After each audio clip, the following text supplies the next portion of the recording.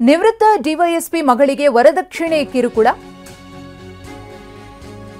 ಪತಿ ಗೋವರ್ಧನ್, ಮಾವ ನಾಗರಾಜು ವಿರುದ್ಧ ದೂರು ದಾಖಲಾಗಿದೆ. 2023ರಲ್ಲಿ ಅನಿತಾ ಗೋವರ್ಧನ್ ಅದ್ದೂರಿ ಮದುವೆಯಾಗಿತ್ತು. ನೆಲಮಂಗಲ ತಾಲೂಕಿನ ತಿಮ್ಮಪ್ಪನಪಾಳ್ಯದ ನಿವಾಸಿ ಅನಿತಾ ಚಿನ್ನ, ಕೆಜಿಗಟ್ಟಲೆ ಬೆಳ್ಳಿ, ಲಕ್ಷಾಂತರ ರೂಪಾಯಿ ಹಣವನ್ನ ನೀಡಿ ಮದುವೆ ಮಾಡಿದ್ರು. ನೆಲಮಂಗಲ ನಗರದಲ್ಲಿ ಅದ್ದೂರಿಯಾಗಿ ಮದುವೆ ಮಾಡಿದ್ದ ಕುಟುಂಬ ಮದುವೆಯಾದ 15 ದಿನಕ್ಕೆ ಕಿರುಕುಳ ಆರಂಭವಾಯಿತಂತೆ. ನೆಲಮಂಗಲ ಗ್ರಾಮಾಂತರ ಪೊಲೀಸ್ ಠಾಣೆಯಲ್ಲಿ ಇದೀಗ ಕೇಸ್ ಕೂಡ ದಾಖಲಾಗಿದೆ. ದಾಖಲಾಗಿರುವಂತಹ ದೂರಿನ ಪ್ರತಿಯನ್ನ ಕೂಡ ಗಮನಿಸ್ತಾ ಇದ್ದೀರಿ. ಎಫ್ಐಆರ್ ಆಗಿದೆ. ಎಫ್ಐಆರ್ನಲ್ಲಿ ಏನೆಲ್ಲ ಕಿರುಕುಳ ಆಯಿತು, ಹೇಗೆಲ್ಲ ಹಿಂಸೆಯನ್ನ ಕೊಟ್ಟರು ಅಂತ ಹೇಳಿ ಉಲ್ಲೇಖವನ್ನು ಮಾಡೋದರ ಜೊತೆಗೆ ಒಂದಷ್ಟು ಮಂದಿಯ ಹೆಸರನ್ನ ಕೂಡ ಅಲ್ಲಿ ಮೆನ್ಷನ್ ಮಾಡಲಾಗಿದೆ. ಆರೋಪಿ 1, ಆರೋಪಿ 2 ಯಾರ್ಯಾರು ಅಂತ ಹೇಳಿ. ನಿವೃತ್ತ ಡಿವೈಎಸ್ಪಿ ಮಗಳಿಗೆ ವರದಕ್ಷಿಣೆಯನ್ನ ಕಿರುಕುಳ ಕೊಟ್ಟಿರುವಂತಹ ಪ್ರಕರಣ ಇದು. ದಕ್ಷಿಣ ಕನ್ನಡ ಮತ್ತು ಕೊಡಗು ಗಡಿ ಭಾಗದಲ್ಲಿ ಹುಚ್ಚು ನಾಯಿಗಳ ಹಾವಳಿ ಹೆಚ್ಚಾಗಿದೆ. ಹುಚ್ಚು ನಾಯಿ ಕಡಿತಕ್ಕೆ 3 ದಿನಗಳ ಹಿಂದೆ ಮಹಿಳೆ ಬಲಿಯಾಗಿದ್ರು.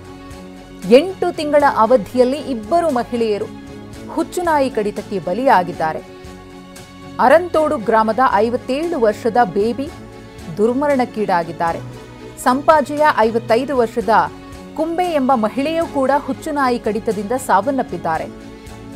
ನವೆಂಬರ್ 15ರಂದು ಬುಡಕಟ್ಟು ಮಹಿಳೆ ಕುಂಬೆ ಅವರು ಸಾವನ್ನಪ್ಪಿದ್ರು.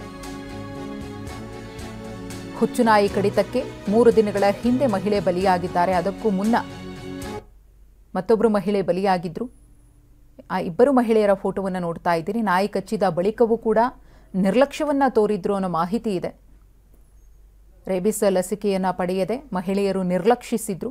ಅದು ಕೂಡ ಇಲ್ಲಿ ಸಾವಿಗೆ ಕಾರಣ ಅನ್ನೋದು ಗೊತ್ತಾಗ್ತಾ ಇದೆ. ಲಸಿಕೆಯನ್ನ ಅವರು ಪಡ್ಕೊಂಡಿರಲಿಲ್ಲ. ಒಂದು ವೇಳೆ ಪಡೆದಿದ್ದರೆ ಅವರು ಇವತ್ತು ಬದುಕುಳಿತಾ ಇದ್ರು.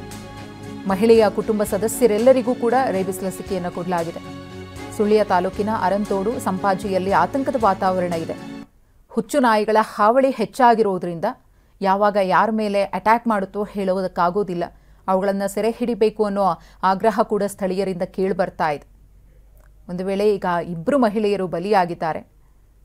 ಇದು ಮುಂದುವರೆದ್ರೆ ಹೇಗೆ ನಮ್ಮ ಜೀವನ ಅಂತ ಹೇಳಿ ಸಂಕಷ್ಟಕ್ಕೀಡಾಗಿದ್ದಾರೆ. ನಮ್ಮ ಪ್ರತಿನಿಧಿ ಗೋಪಾಲ್ ಸೋಮಯ್ಯ ಒಂದು ಪ್ರತ್ಯಕ್ಷ ವರದಿ ಕೊಟ್ಟಿದ್ದಾರೆ, ನೋಡೋಣ. ಯಾವುದೇ ನಾಯಿ ಅಥವಾ ಸಾಕು ಪ್ರಾಣಿಗಳಾಗಲಿ ಯಾವುದೇ ಬೆಕ್ಕು ಕಚ್ಚಿದ್ರೆ ತಕ್ಷಣವೇ ಅದಕ್ಕೆ ಸಂಬಂಧಪಟ್ಟಂತಹ ರೇಬಿಸ್ ಚುಚ್ಚುಮದ್ದನ್ನು ಹಾಕೊಳ್ಳಿ ಅಂತ ಸರ್ಕಾರ ಎಷ್ಟೇ ಅರಿವು ಮೂಡಿಸಿದ್ರೂ ಕೂಡ ಕೆಲವು ಗ್ರಾಮೀಣ ಪ್ರದೇಶಗಳಲ್ಲಿ ಆ ಅರಿವು ಅಂದರೆ ಜಾಗೃತಿ ಆಗ್ತಾ ಇಲ್ಲ. ಅದರ ಪರಿಣಾಮವಾಗಿ ಅಮಾಯಕ ಜನರು ಸಾವನ್ನಪ್ತಾ ಇರುವಂತಹ ಘಟನೆ, ಒಂದು ಆತಂಕಕಾರಿ ಘಟನೆ ನಮ್ಮ ಕೊಡಗು ಮತ್ತು ದಕ್ಷಿಣ ಕನ್ನಡ ಜಿಲ್ಲೆಯ ಗಡಿ ಗ್ರಾಮಗಳಲ್ಲಿ ನಡೀತಾ ಇದೆ.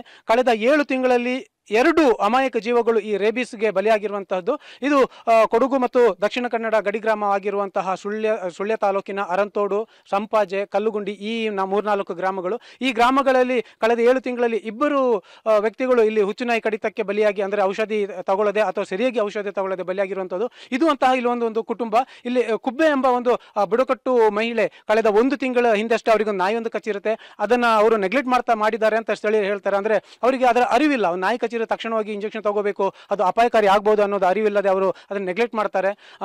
ಅದಾದ ಬಳಿಕ ತುಂಬಾ ತಡಾದ ಬಳಿಕ ಯಾರ್ಯಾರು ಹೇಳಿದ ಬಳಿಕ ಹೋಗಿ ಇಂಜೆಕ್ಷನ್ ತಗೋತಾರೆ. ಆದರೆ ಆ ಡೋಸೇಜ್ ಸರಿಯಾಗಿ ತಗೊಳ್ಳೋದಿಲ್ಲ. ಹಾಗಾಗಿ ಕಳೆದ 2-3 ದಿನಗಳ ಹಿಂದೆ ಆ ಮಹಿಳೆ ಇಲ್ಲಿ ಸಾವನ್ನಪ್ಪಿದ್ದಾರೆ. ಹಾಗಾಗಿ ಈ ಮನೆಯಲ್ಲಿ ಎಷ್ಟು ಸದಸ್ಯರಿದ್ದಾರೆ ಅವರೆಲ್ಲರಿಗೂ ಕೂಡ ಇವಾಗ ರೇಬಿಸ್ ಚುಚ್ಚುಮದ್ದನ್ನು ಕೊಡುವಂತಹ ಒಂದು ಪರಿಪಾಠ ಇಲ್ಲಿ ನಡೀತಾ ಇದೆ. ಆದರೆ ಮತ್ತೆ ಇಲ್ಲಿ ಸ್ಥಳೀಯರು ಹೇಳೋ ಪ್ರಕಾರ ಮತ್ತೊಂದು ಘಟನೆ ಏನಂತಂದ್ರೆ, ಇಲ್ಲಿ ಸ್ಥಳೀಯ ಪ್ರಾಥಮಿಕ ಆರೋಗ್ಯ ಕೇಂದ್ರಗಳಲ್ಲಿ ರೇಬಿಸ್ ಚುಚ್ಚುಮದ್ದು ಸರಿಯಾಗಿ ಸಿಗ್ತಾ ಇಲ್ಲ ಅನ್ನೋದು. ಅಂದ್ರೆ ಈಗ ಒಬ್ಬ ಯಾರೋ ನಾಯಿ ಕಚ್ಚಿ ಅವನು ಆಸ್ಪತ್ರೆಗೆ ಹೋದ್ರೆ ಅವನಿಗೆ ಒಬ್ಬರಿಗೆ ಅಲ್ಲಿ ಇಂಜೆಕ್ಷನ್ ಕೊಡ್ಲಿಕ್ಕೆ ಆಗಲ್ಲ. ಯಾಕಂತಂದ್ರೆ ಅಲ್ಲಿ ಕೆಲವು ತಾಂತ್ರಿಕ ಕಾರಣಗಳಿದೆ. ಆ ಇಂಜೆಕ್ಷನ್ ಸಿರಿಂಜ್ ಏನು ಆ ಕಂಟೈನರ್ ಇರುತ್ತೆ ಅದನ್ನು ಓಪನ್ ಮಾಡಿದ್ರೆ ಕನಿಷ್ಠ 5 ಮಂದಿಗೆ ಅದನ್ನು ಕೊಡಬೇಕಾಗತ್ತೆ. ಹಾಗಾಗಿ ಕನಿಷ್ಠ 5 ಮಂದಿ ಹೋದ್ರೆ ಮಾತ್ರ ಅಲ್ಲಿ ಇಂಜೆಕ್ಷನ್ ಕೊಡ್ಲಿಕ್ಕೆ ಆಗುತ್ತೆ. ಈ ತರ ನಾಯಿ ಕಚ್ಚಿಸ್ಕೊಂಡು ಬಂದಂತಹ ಒಂದು ಇಬ್ಬರನ್ನ ಇಲ್ಲಿ ಆಗಲ್ಲ, ನೀವು ಬೇರೆ ಕಡೆ ಹೋಗಿ ಅಂತ ಕಳಿಸಿದ ನಿದರ್ಶನಗಳು ಕೂಡ ಇದೆ.